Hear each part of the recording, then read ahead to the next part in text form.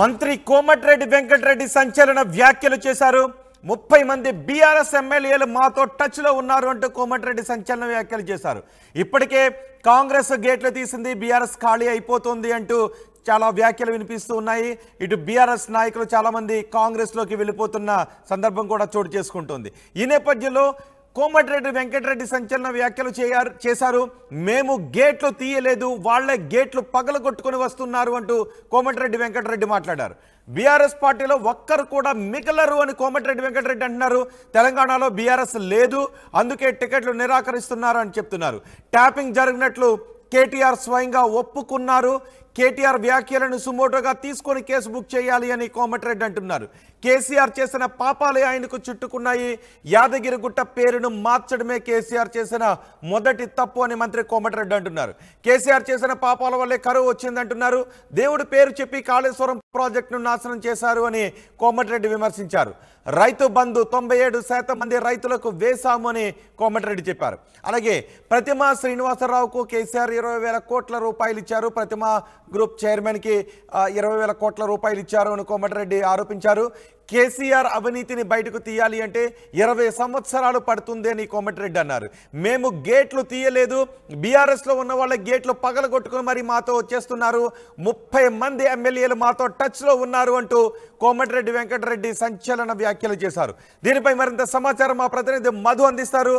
మధు, కోమటిరెడ్డి వెంకటరెడ్డి వ్యాఖ్యల్ని ఎలా చూడాలి? మరీ ముఖ్యంగా 30 మంది ఎమ్మెల్యేలు టచ్లో ఉన్నారు అని కోమటిరెడ్డి అంటున్నారు.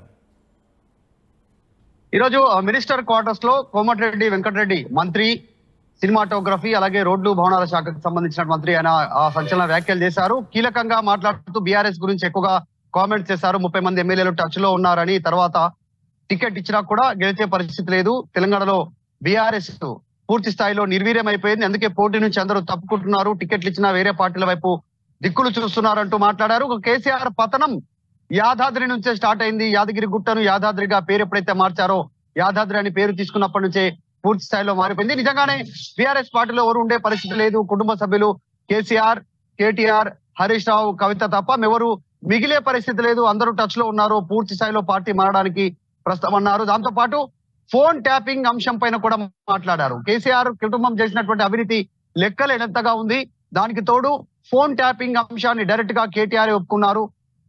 దాన్ని కోర్టులు సుమోటోగా తీసుకోవాలి.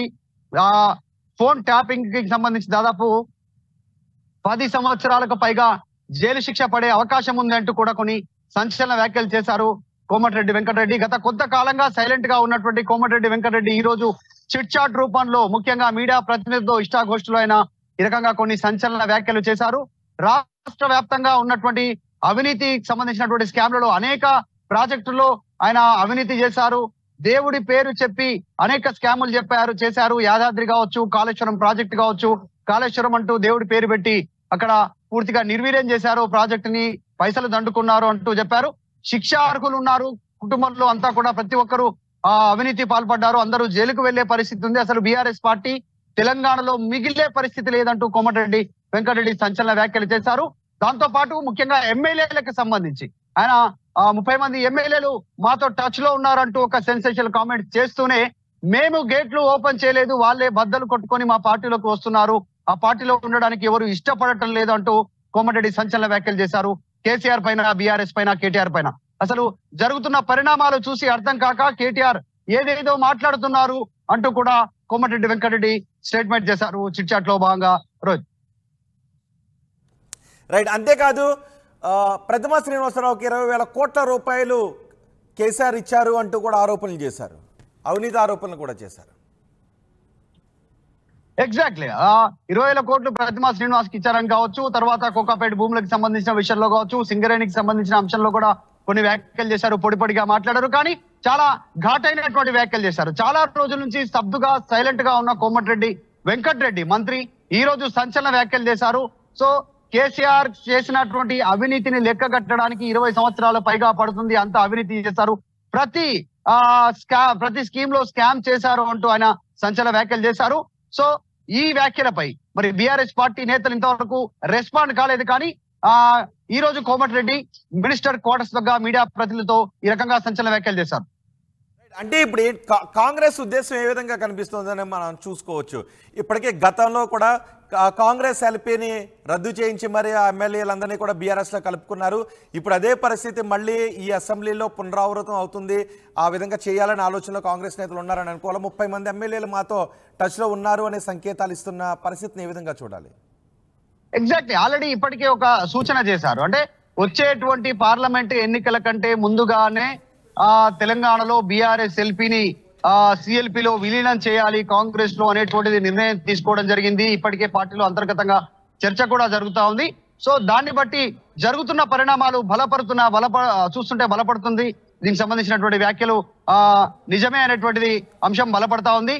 ఎందుకంటే 6 నెలల్లో కాంగ్రెస్ ప్రభుత్వమే ఉండదు తెలంగాణలో అన్నటువంటి వ్యక్తే ఈ రోజు కాంగ్రెస్ పార్టీలోకి వెళ్ళడానికి సిద్ధమయ్యారు. కాంగ్రెస్ పార్టీ నేతలంతా కూడా అదే కడియం శ్రీహరి ఇంటికి వెళ్ళడము, కేశవరావు ఇంటికి వెళ్ళి ఆహ్వానించడం చూస్తుంటే రానున్నటువంటి రోజుల్లో చాలా మంది ఇంకా పూర్తి స్థాయిలో కాంగ్రెస్ నుంచి బీఆర్ఎస్ నుంచి కాంగ్రెస్ వైపు చూసే అవకాశం ఉంది. సో ఈ రోజు కోమటిరెడ్డి చేసినటువంటి వ్యాఖ్యలు కూడా అందులో భాగంగానే 30 మంది టచ్ లో ఉన్నారు అనేటువంటి వ్యాఖ్యలు. సో బీఆర్ఎస్ ను పూర్తి స్థాయిలో బలహీనపరచడానికి కాంగ్రెస్ రాజకీయ వ్యూహం. గతంలో బీఆర్ఎస్ ఎట్లయితే 2 దఫాలు 2014, 2018లో జరిగినటువంటి ఎన్నికల్లో గెలిచిన కాంగ్రెస్ పార్టీ ఎమ్మెల్యేని బీఆర్ఎస్ లో ఎట్లా విలీనం చేసుకోవడం జరిగిందో, సో అదే విధంగా ఇప్పుడు బీఆర్ఎస్ నుంచి గెలిచినటువంటి ఎమ్మెల్యేలను నాయకులందరినీ కూడా కాంగ్రెస్ వైపు తిప్పుకోవడానికి కాంగ్రెస్ పార్టీ నాయకులు శతవిధాల ప్రయత్నం చేస్తా ఉన్నారు. రైట్ మధు, మంత్రి కోమటిరెడ్డి వెంకటరెడ్డి సంచలన వ్యాఖ్యలు చేశారు. 30 మంది బీఆర్ఎస్ ఎమ్మెల్యేలు మాతో టచ్లో ఉన్నారు అని కోమటిరెడ్డి అంటూ ఉన్నారు. ఇప్పటికే మేం గేట్లు ఎత్తితే ఎలా ఉంటుందో చూపిస్తామని కొన్ని రోజుల క్రితం ముఖ్యమంత్రి రేవంత్ రెడ్డి మాట్లాడిన మాటలు మనం చూసాం. ఇప్పుడు 30 మంది బీఆర్ఎస్ ఎమ్మెల్యేలు మాతో టచ్లో ఉన్నారు అని కోమటిరెడ్డి అంటున్నారు. కానీ మేము గేట్లు తీయలేదు, వాళ్ళ గేట్లు పగలగొట్టుకుని మరీ వస్తున్నారు అంటూ కోమటిరెడ్డి సంచలన వ్యాఖ్యలు చేశారు. బీఆర్ఎస్ పార్టీలో ఒక్కరు కూడా మిగలరు అని కోమటిరెడ్డి అంటున్నారు. తెలంగాణలో బీఆర్ఎస్ లేదు, అందుకే టికెట్లు నిరాకరిస్తున్నారు అని కోమటిరెడ్డి ఆరోపిస్తున్నారు. ట్యాపింగ్ జరిగినట్టు కేటీఆర్ స్వయంగా ఒప్పుకున్నారు. కేటీఆర్ వ్యాఖ్యలను సుమోటోగా తీసుకొని కేసు బుక్ చేయాలి అని కోమటిరెడ్డి అంటున్నారు. కేసీఆర్ చేసిన పాపాలే ఆయనకు చుట్టుకున్నాయి. యాదగిరిగుట్ట పేరును మార్చడం కేసీఆర్ చేసిన మొదటి తప్పు అని కోమటిరెడ్డి అంటున్నారు. కేసీఆర్ చేసిన పాపాల వల్లే కరువు వచ్చిందంటున్నారు. దేవుడి పేరు చెప్పి కాళేశ్వరం ప్రాజెక్టును నాశనం చేశారని కోమటిరెడ్డి అన్నారు.